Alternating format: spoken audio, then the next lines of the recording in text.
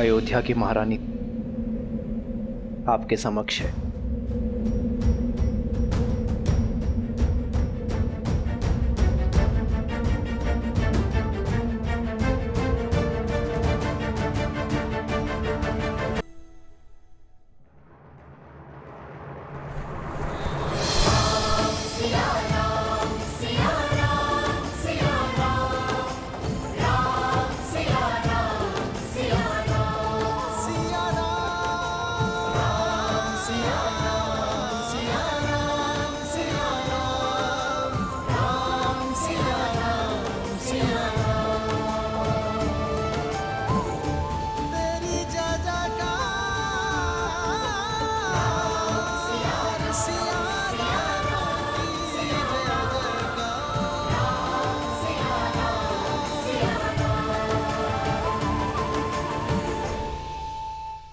कर्म, शब्द और मन, ये तीनों मानव जीवन के अभिन्न अंग हैं। और विवाह वो बंधन है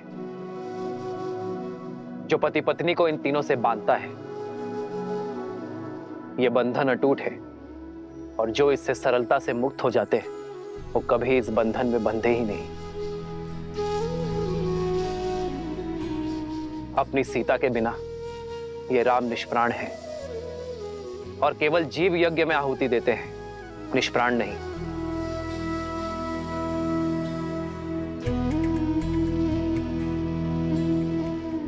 मेरी सीता मुझसे दूर अवश्य है, किंतु यदि मन एक हो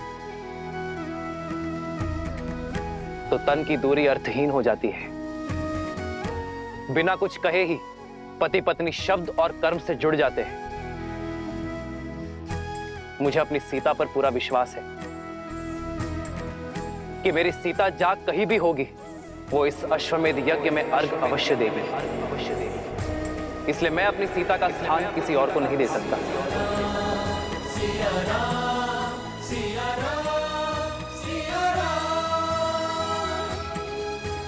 इस यज्ञ में सीता की उपस्थिति अवश्य होगी। इस स्वर्ण प्रतिमा के रूप में,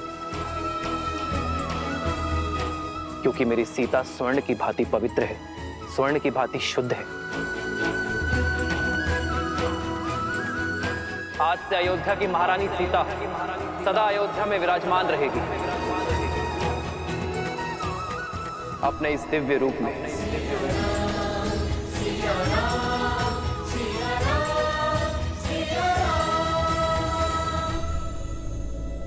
अब आप सभी विद्वान ये निश्चित करें कि मैं इस यज्ञ में आहुति देने का पात्र हूं या नहीं।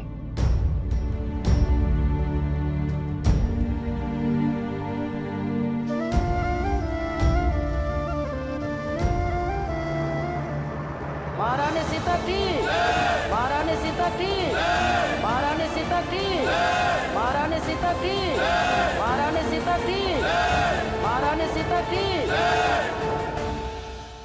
राम के दो मीठे बोल सुनकर साहस हारने की आवश्यकता नहीं है मित्रों। सहस्त्र मुख रावण के निर्देश की प्रतीक्षा करो। इस दाव का तोड़ उन्हीं के पास मिलेगा। धन्य हुआ आपसा शिष्य पाकर राजन। आपका निर्णय शास्त्रों और वेदों के अनुसार उचित है। कल प्रातःकाल हम विधिवत राज्यसभा में महारानी सीता की मूर्ति स्थापित करेंगे, वो भी आपके स्थान के निकट। आपके समर्थन के लिए धन्यवाद आचार्य।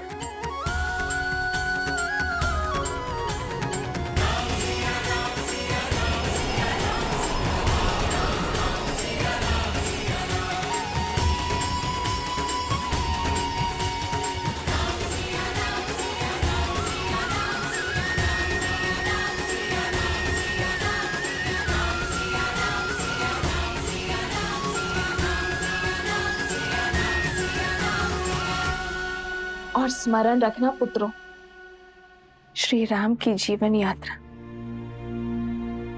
निस्वार्थता का प्रमाण है। अपने सुखों को त्याग,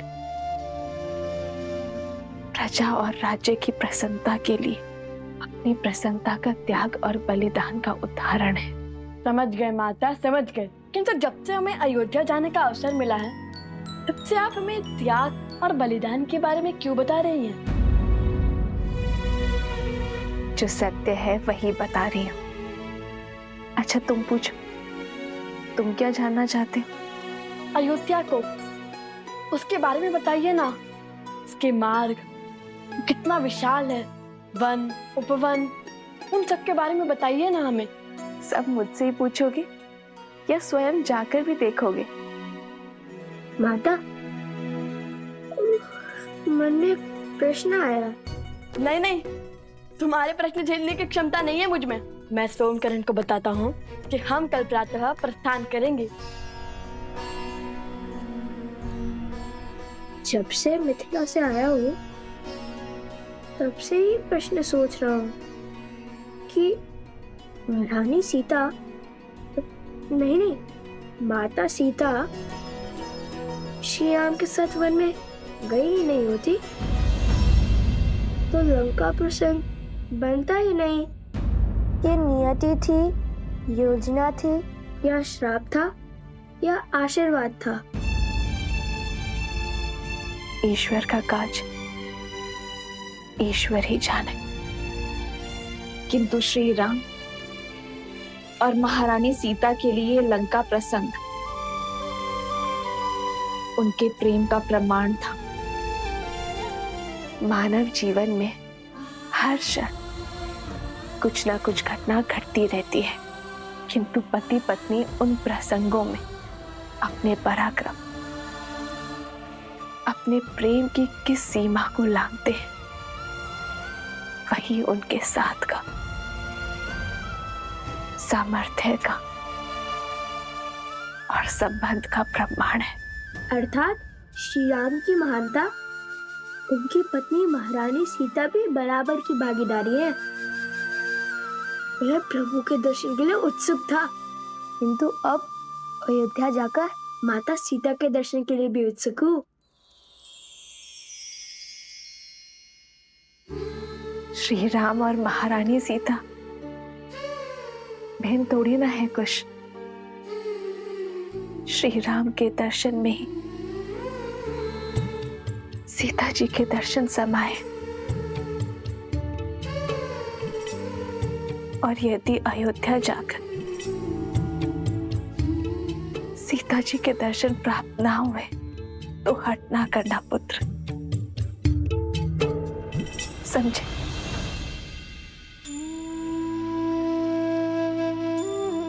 खुश?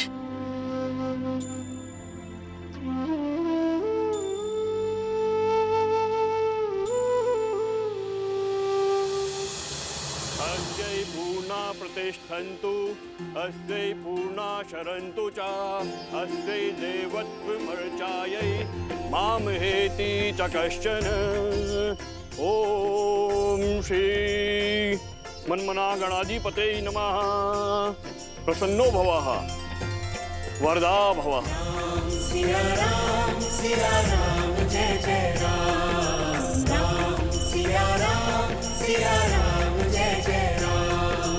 महारानी सीता की मूर्ति स्थापना संपूर्ण हुई। सियावर रामचंद्र की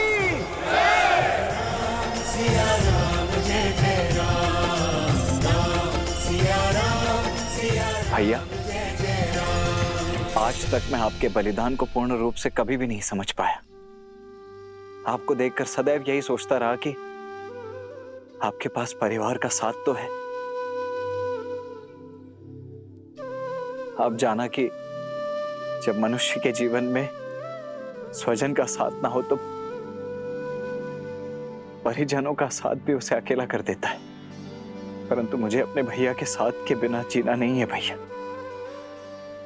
इसीलिए आज मैं आपसे कुछ मांगना चाहता हूं। आप मुझे स्वयं से पूर्व जीवन का परित्याग करने की अनुमति दे दीजिए भैया।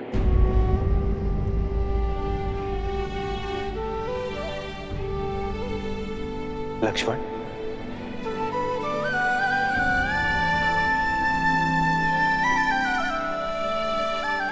लक्ष्मण,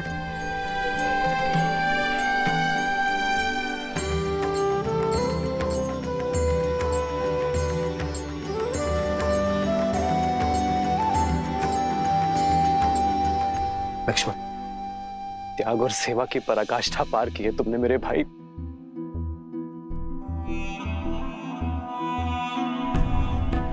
तुम कुछ और मांगो लक्ष्मण। कुछ और मांगने के लिए है ही नहीं भैया। मुझे ज्ञात है आपको मेरी ये मांग, मेरा स्वार्थ, मेरा हट प्रतीत हो रहा होगा, परंतु मैं क्या करूं भैया।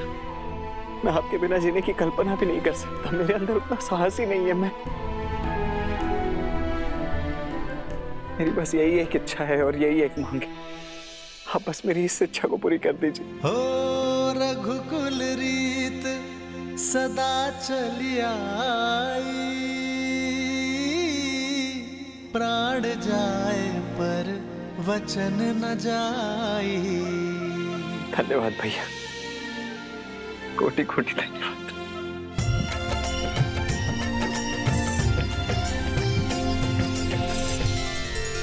महाराज, मेरी भी एक इच्छा है। मेरे मन में सदा ये भय बना रहता है कि कहीं अपने सुख में अपने दीदी का त्याग और दुख को बिसरा ना बैठूं। इसलिए वनवास में पहने गए उनके वस्त्र को मैं अपने पूजा स्थल पर रखकर उनकी पूजा करना चाहती हूँ। वो वस्त्र देने की कृपा करें।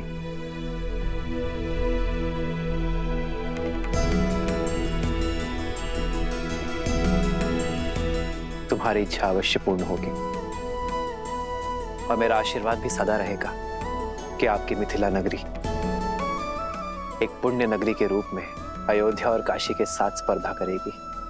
धन्यवाद महाराज। धन्यवाद भैया।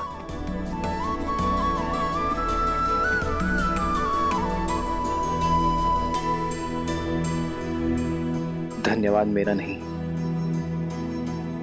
उस मिथिला का करो शत्रुघ्न, जिससे अयोध्या को ये 4 अनमोल रत्न मिले।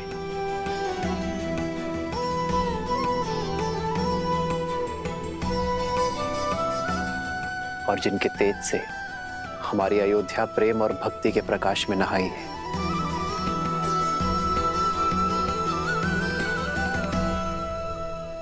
शीघ्र चलो कोश, समय बीता जा रहा है।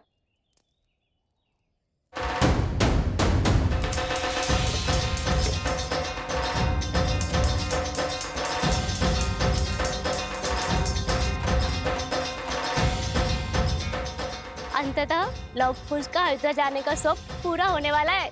बजाओ। ठीक है, किंतु ये बैलगाड़ी क्यों ले आए? तुम्हारे लिए। भला ऐसे थोड़ी जाने देंगे हम राजकुमारों को।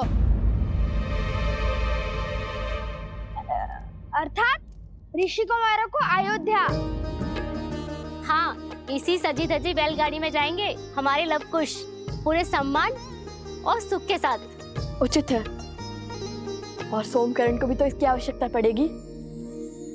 परंतु सोमकरण, तुम्हारी पोटली कहाँ है? यहाँ है।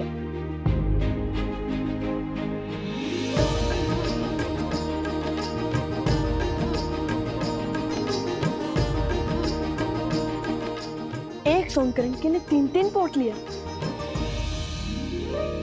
केवल सोमकरण नहीं, प्रसूता के साथ साथ तुम्हारे उपगुरु भी तुम्हारे साथ जाएंगे। क्या?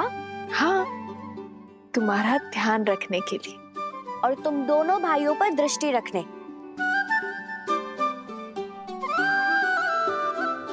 कहाँ है कुश? ओहो कुश, अब आ भी जाओ। देखो हमारे साथ चलने के लिए कितने यात्री सज्ज हो गए।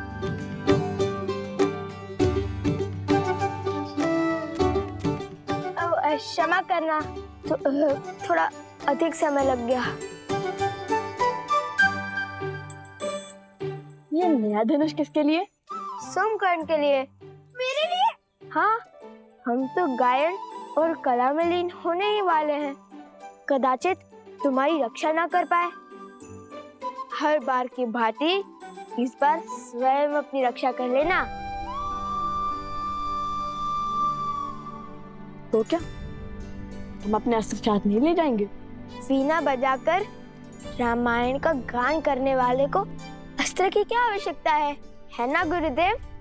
लाइए। क्या? वीणा। वीणा तो मेरे पास है नहीं।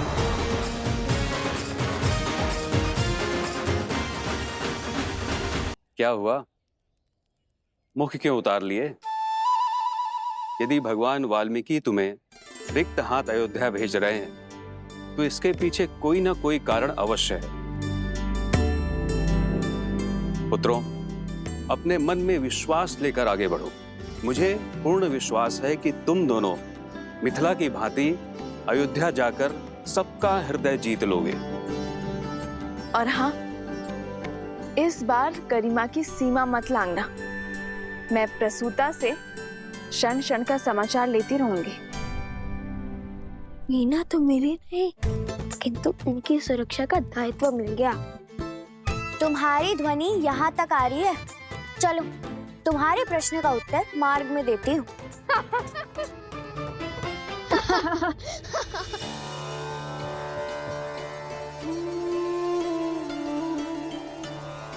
तुम्हारा सबसे बड़ा स्वप्न पूर्ण होने वाला है। जिस अयोध्या का आज तक केवल नाम सुना था, उसे देखने का सौभाग्य मिलने वाला है। धर्म की इस नगरी में बिताए एक एक क्षण को एक एक जन्म की भांति जीना। और हाँ, जब भी रामायण का गान करो तो सुनने वालों को अपने शब्दों और अपने भावों से उनकी यात्रा को सुख देना। अवश्य माता, हम ऐसा गीत गाएंगे कि सब मंत्र मुक्त हो जाएंगे, है ना कुश? हाँ माता, किंतु हमारे पास वीणा होती तो हमारा सुर और भी सुंदर हो जाता। परंतु छोड़िए, ईश्वर की लीला ईश्वर जाने।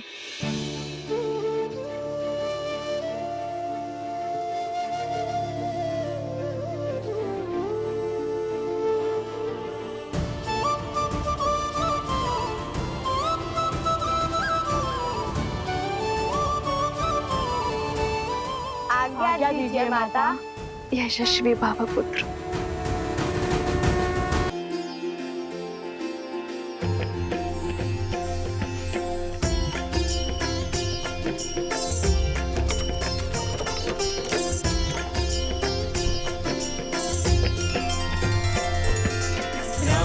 सिया राम जय जय राम, राम सिया राम जय जय राम। श्री राम, आज आपके पुत्र अपने घर में, अपने नगर में पग धरने वाले हैं। किंतु कितना अच्छा होता यदि मैं स्वयं आपको बता पाती कि रघुकुल के वंशज अपने राज्य में पधार रहे, परंतु न जाने क्यों सुख के इस क्षण में भय मुझे खाए जा रहा है। किंतु उन्हें पूरा सत्य पता चल गया तो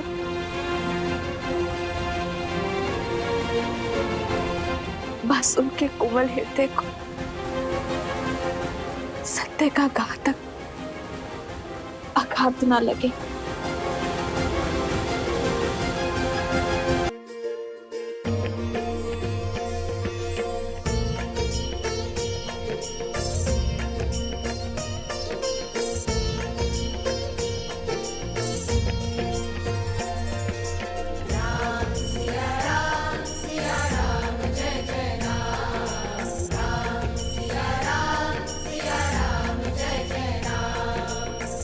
मंगल भवन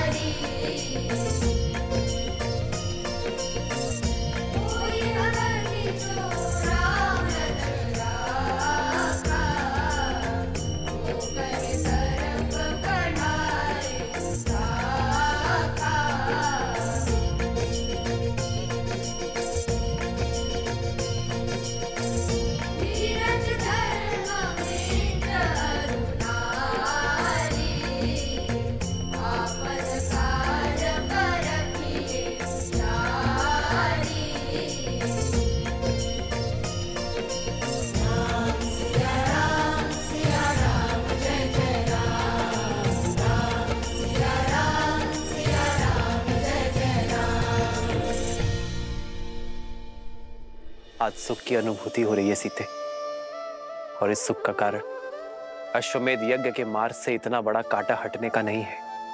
कुछ तो विशेष होने वाला है सीते। किंतु क्या ऐसा तो नहीं कि तुम कोई संदेश देना चाहती हो मुझे? श्री राम,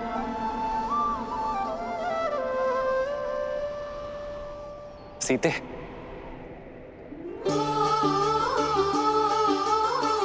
सीते,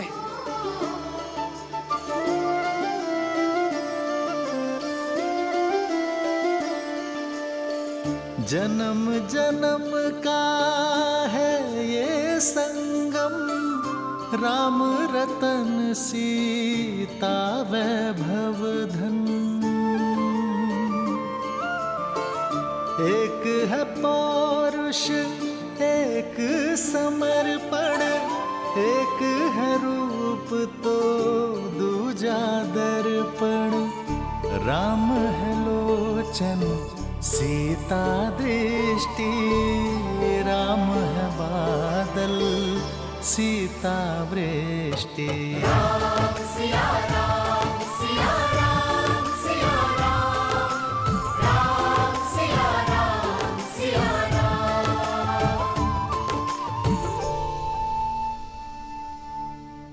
सीते, ये कैसा अनूठा संबंध है हमारा, एक दूसरे से दूर रहकर भी एक दूसरे की मन की व्यथा समझ जाते हैं, किंतु मन में भय और शंका लिए मैं आपसे कुछ कहना चाहती हूँ आर्य।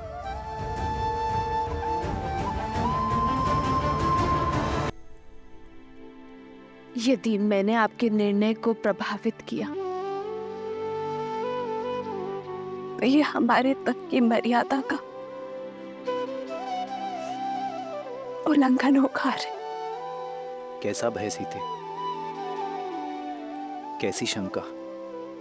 मन से मन के जुड़े इस संबंध में मुझसे कुछ मत छुपाओ सीते। जीवन में पहली बार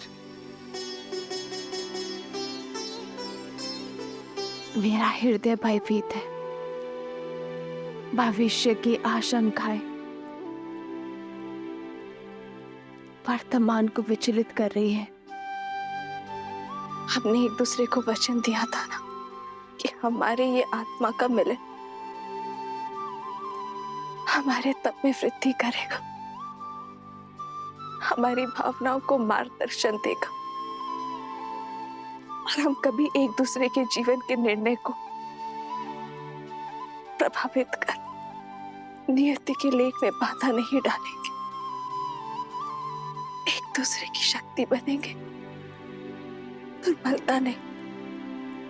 किंतु आज मुझे भय आ रहा, कदाचित मुझसे ये प्रण न टूट जाए, कहीं मैं कुछ ऐसा ना कह दूं जो मुझे कहना नहीं चाहिए, फिर भले आपके मन को सुख मिले क्या दुख।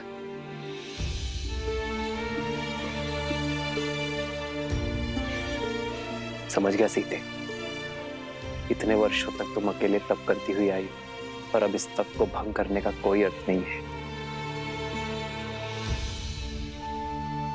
सीते, तुमने मुझे अश्वमेध यज्ञ पूर्ण करने का मार्ग दिखाया है। कदाचित हमारे अंतर्मन की सीमा भी यही है।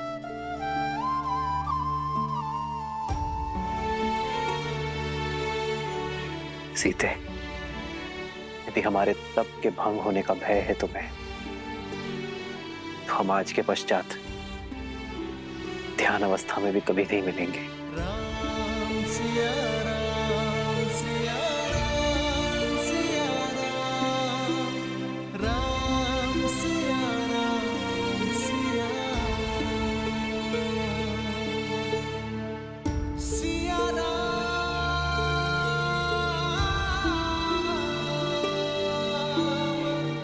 सिया राम सिया राम।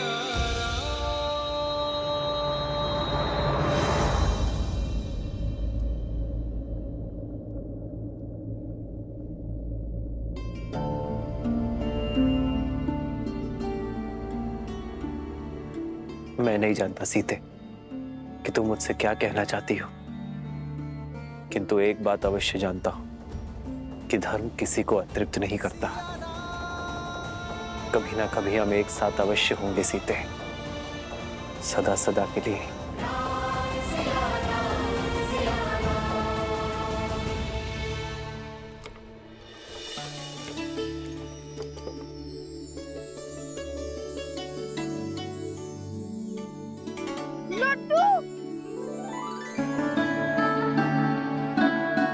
क्या तुम भी राम भक्त हो? कौन नहीं होगा ऐसे पराक्रमी और मर्यादा के धनी का भक्त? लव कुश,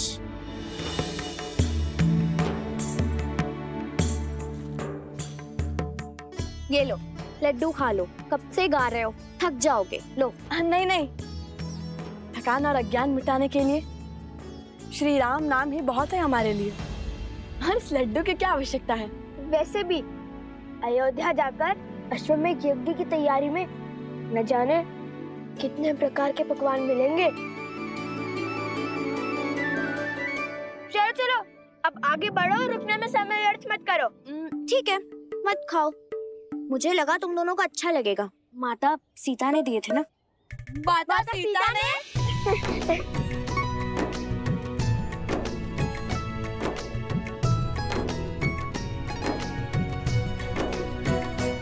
अरे मैं तो जल्दी जल्दी खाने की बात कर रहा था।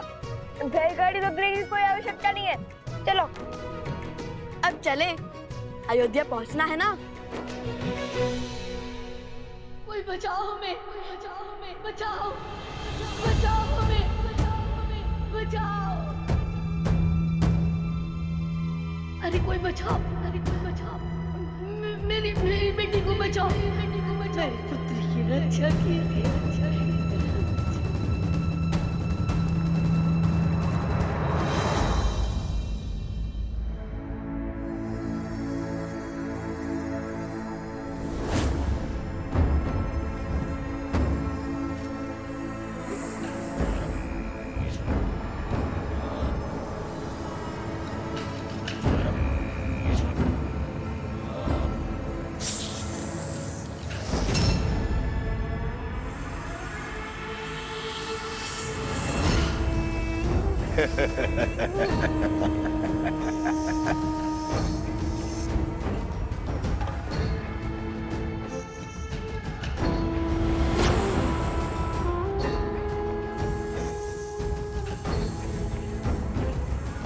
स्मरण रहे, ये राम की दृष्टि के सामने मुक्त होने चाहिए, ताकि राम अपनी आंखों से अपनी विफलता देख सके।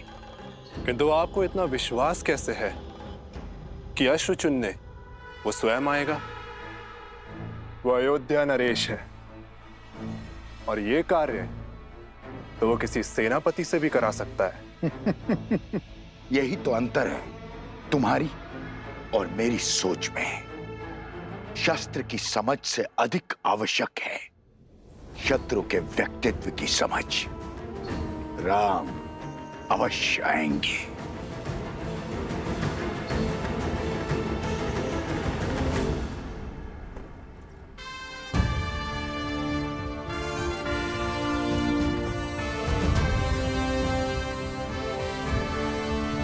भैया, मैं राज्य के सर्वोत्तम अश्वों को चुनकर यहां ले आता हूं।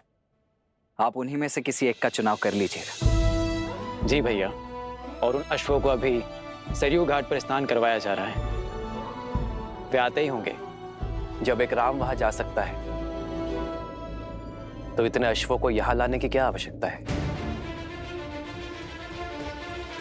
एक सच्चा शासक सदा अपनी सुविधा से पहले साधन और संसाधनों को रखता है। जैसी आपकी आज्ञा।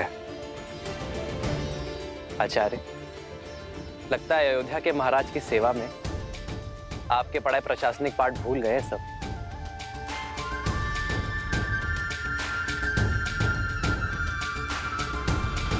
शीघ्र करो, हमें भगवान वाल्मीकि के आश्रम जाना है। सारा सामान रथों में रखना शुरू करो। कोई कहीं नहीं जाएगा। प्रतीक्षा की बहुत परीक्षा दी है मैंने, अब आपका आदेश भी मुझे रोक नहीं सकता। एकांत,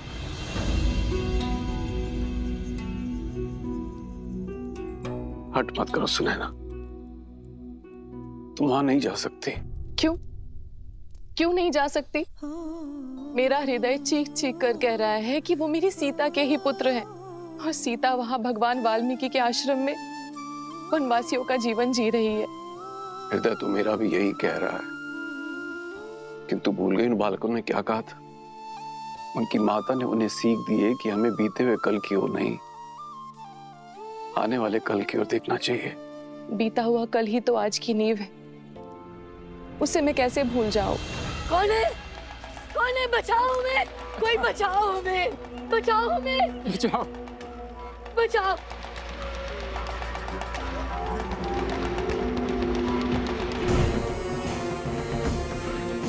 तो तुम दोनों नहीं उठोगे तो ठीक है, हम इस खाट का दूसरा पग भी तोड़ देंगे। नहीं नहीं, ऐसा मत करो, ऐसा मत करो।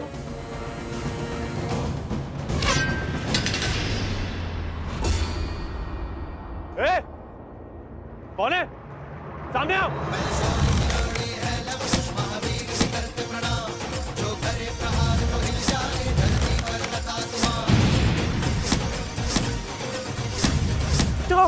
देखो यहाँ से, इस कन्या को उठा के लेके चलो।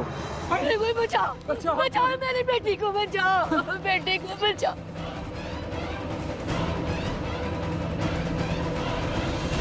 सुनैना, भगवान वाल्मीकि त्रिकालदर्शी हैं, और यदि हमारी पुत्री सीता और उसके बालक उनके आश्रम में आश्रय पा चुके हैं, तो क्या बिना उनकी अनुमति के वहां जाना उचित होगा?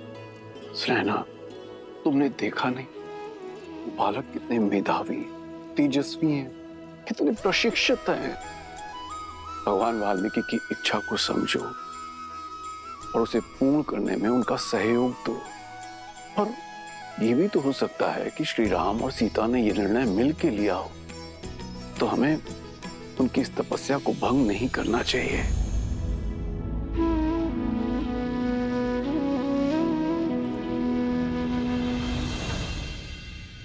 मस्तिष्क तो हर बात समझता है, किंतु इस मन का मैं क्या करूं आर्य? इस दुख का मैं क्या करूं? सुनैना,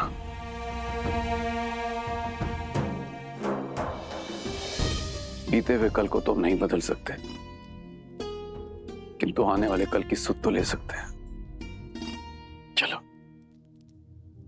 अयोध्या चलते हैं।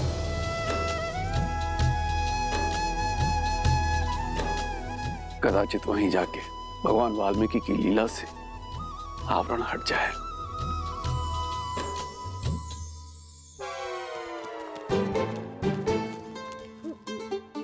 तुम ठीक हो? हाँ, वो तो लव कुश ने सबको मार भगाया, अन्यथा मेरा शौर्य देखती आप। अब चलो। कौन है? किसने हमारी सहायता की?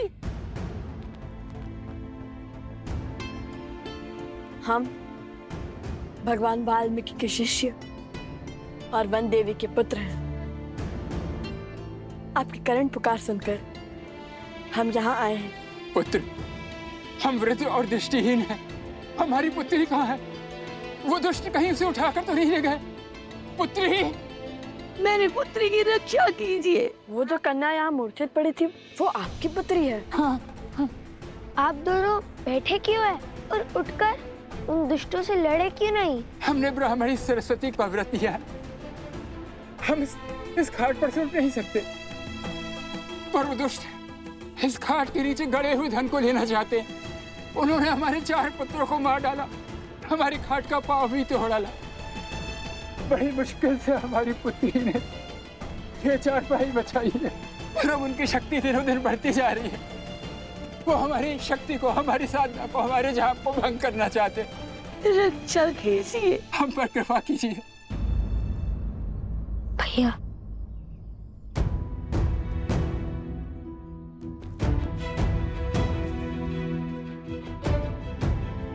भैया शीघ्र अतिशीघ्र अयोध्या पहुंचे या इनकी पुत्री को बचाएं।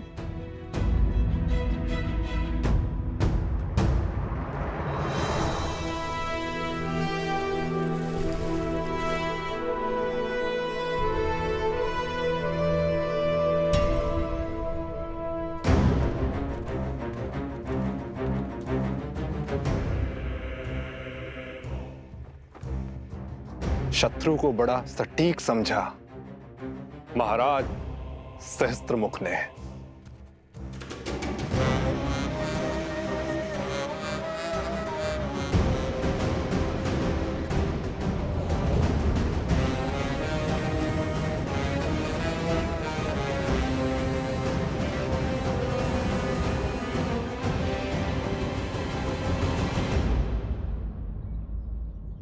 अपने आप से पूछो कि यदि श्री राम यहाँ होते तो वे क्या करते? अश्वमेध यज्ञ। यदि श्री राम हमारी आयु के होते तब वे क्या करते? वो तो अपने सैनिकों को उनके पीछे भेज देते। श्री राम तो राजकुमार थे ना। यदि श्री राम ऋषि वशिष्ठ के आश्रम में होते तब क्या करते?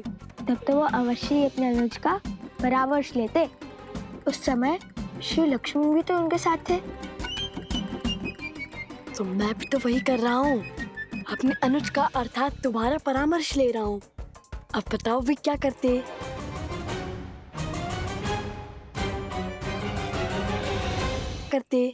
ओह, इस प्रश्न का उत्तर तो बहुत सरल है। श्री राम सब कुछ छोड़कर उनकी पुत्री की रक्षा करते। हम भी तो श्री राम के भक्त हैं, तो श्री राम को यहीं से प्रणाम करके हम उनकी पुत्री की रक्षा के लिए जाएंगे।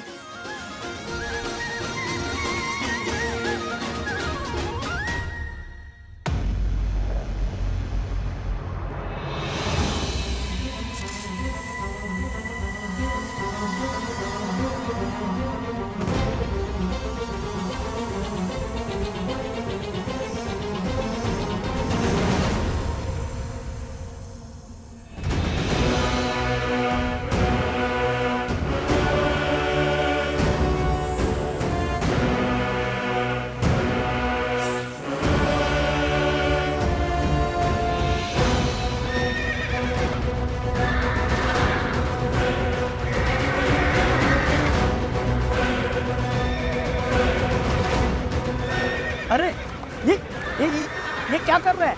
इन अक्षरों को संभालो कोई।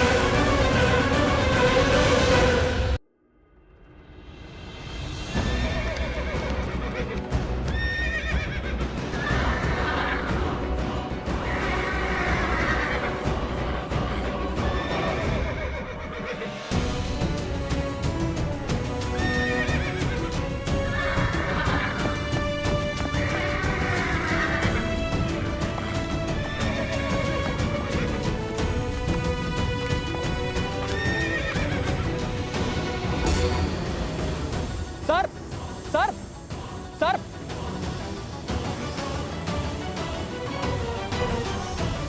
रुको, ये भी जीव है, किसी की कुनीति का साधन। ना ये हमें संकट पहुंचा रहे हैं और ना ही हम इन्हें क्षति पहुंचाएंगे।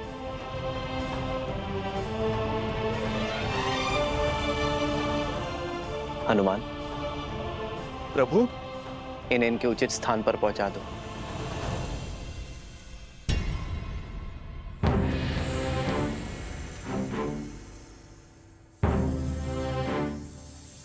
अश्वचैन की पूजा से पहले ऐसी घटना घोर अपशकुन है राम।